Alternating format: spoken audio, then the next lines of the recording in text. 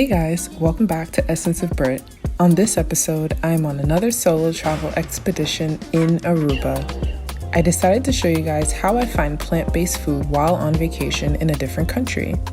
So join me as I hunt down the best restaurants on the island that offer delicious vegan options.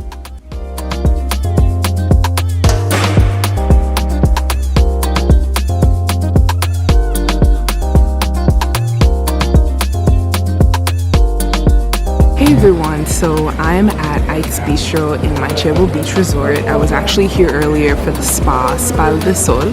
Phenomenal, exquisite, professional, just an amazing experience. And this entire resort is just gorgeous, like breathtaking. Before I came, I was looking up which restaurants are vegan friendly or all vegan, and there's a great article that I found that actually lists all of the restaurants. So this was one of them, and I was really excited to try it because I didn't even realize that I was like right next to it.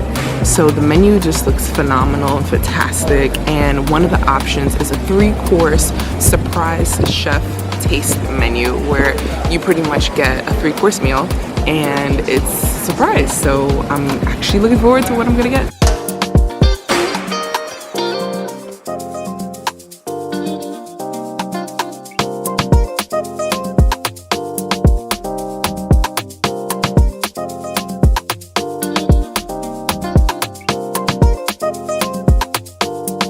Nice broccoli fritters. It comes with a vegan ranch dressing with tomato and onion chop. Beautiful. Enjoy it. Thank you.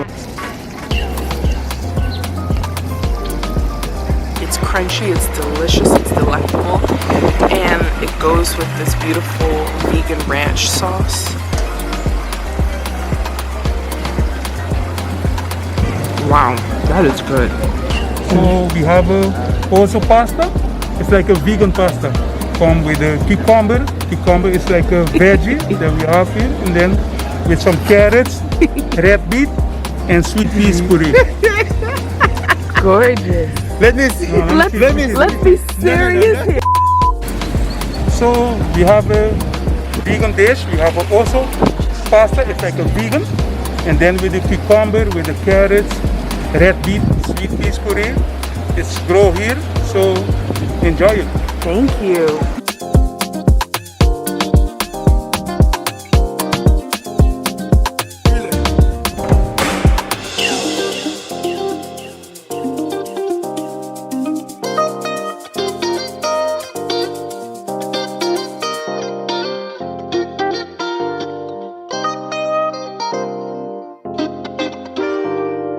We have the ice cream.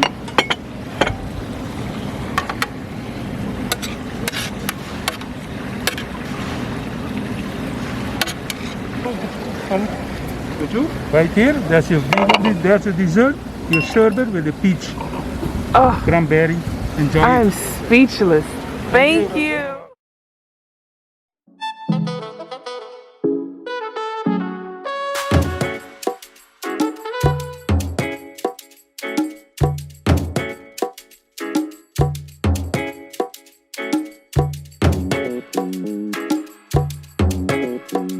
I'm on Renaissance Island today. It's an all-inclusive resort that offers a day pass to outsiders for $125 to get access to the whole beach, all the amenities, food and drink included, and a couple of like snorkeling, kayaking material. So there's only one restaurant on the island, and it's called Papagayo Grill, and it doesn't really have that many vegan options. The only thing that I got was a quinoa salad that had olives. It was more like a Mediterranean kind of salad with arugula and apples, and really tangy. It was good, but they did accommodate you, so if you wanted a pizza without cheese, like a veggie pizza, you could have that. And I think there was only one other salad and not many other options. Always keep an open mind whenever you go somewhere that doesn't have vegan options. Vegan or not, you should definitely come and visit this private beach because it is just beautiful. When you talk about hot rhythm, you have to talk about J Mali. You see me?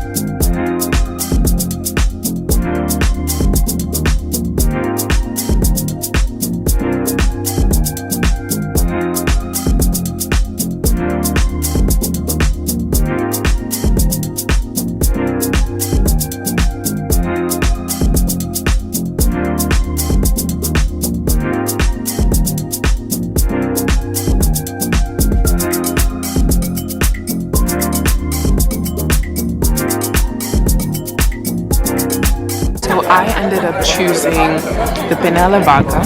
It is all vegan and it has this delicious Parmesan cheese right on top. Really tasty, very creamy, and tastes just like regular Penella Vodka. This gorgeous restaurant is on the top of the island, all the way up north, and it's right by the California Lighthouse, and it's just beautiful. You get this amazing view of the entire island practically, and the ocean and the sunset, and it's very good food, very nice ambiance. It's just perfect. This is good.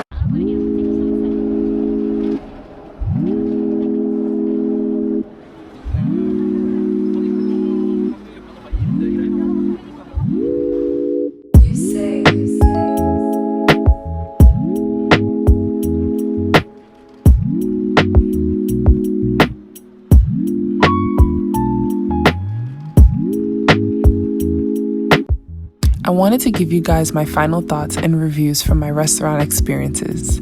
My number one has to be Ikes Bistro at Manchebo Beach Resort. The quality is outstanding from the service to the plates. They take the cake for presentation and creativity. I love that they had a designated vegan menu with plenty of variety. Very clean, refreshing, and light flavors. Not to mention the best waiters you could ask for. My second favorite restaurant is actually the only one I didn't get to film. It's called Elements, located in Kuti and Tara Resort. This restaurant offers upscale dinner with elegant vegan meals. The meals were varied from American, Italian, and other cultures. I started with a French onion soup, potato gnocchi, and finished with the carrot cake for dessert. Each meal was handcrafted and delicious through every bite. Coming in at number 3 is Yemanja Wood Fire Grill. This restaurant has a very Latin, Mexican feel from the decor to the flavors.